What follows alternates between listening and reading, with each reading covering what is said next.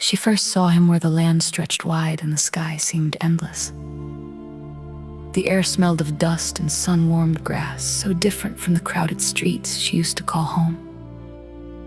She hadn't planned on staying long. In fact, she wasn't sure she belonged there at all. But sometimes life changes in the quietest places. He stood near a wooden fence, hat tilted low, watching the horizon like he had all the time in the world. There was something steady about him, something calm.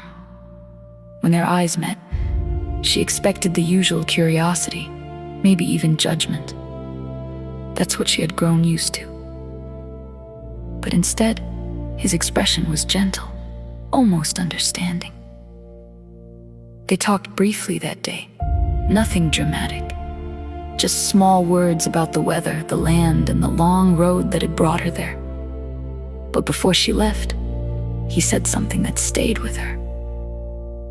"I don't know your whole story," he said softly, "but I believe in you." No one had said that to her in a long time. She carried those words with her. They echoed in her mind during quiet moments, during nights when doubts crept back in. She had lived through storms, choices she regretted, paths that led nowhere, relationships that broke her spirit. She was used to people seeing only the surface, only the past. But he had looked at her differently.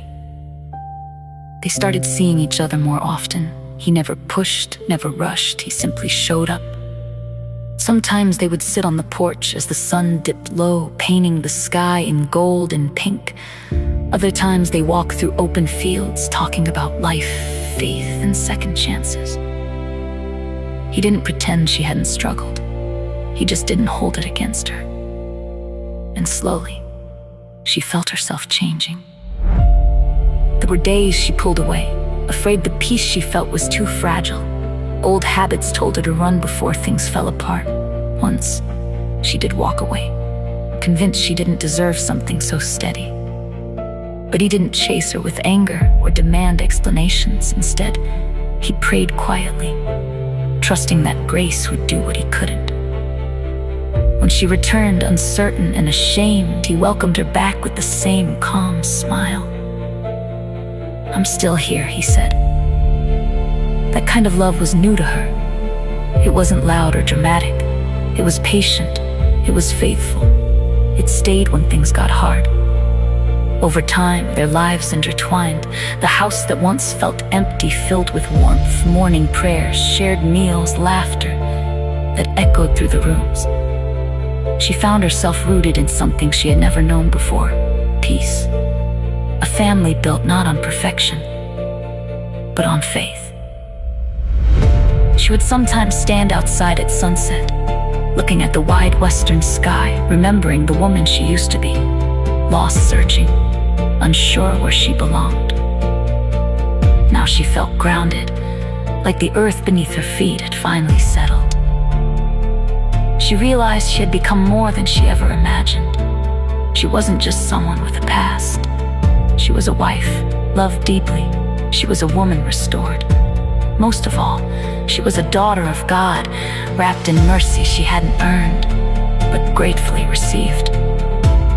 The man who believed in her had helped her see what heaven already knew. She had come so far, not by her own strength, but by grace.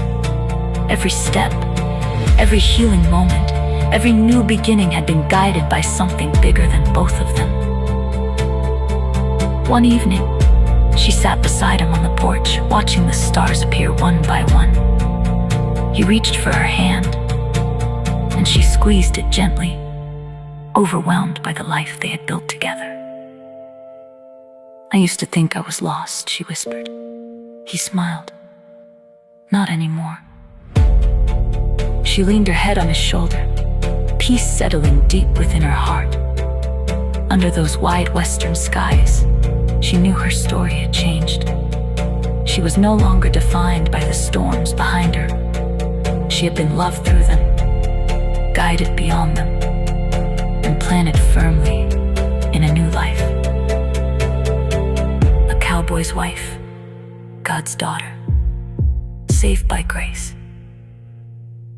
And for the first time, she knew she was exactly where she was meant to be.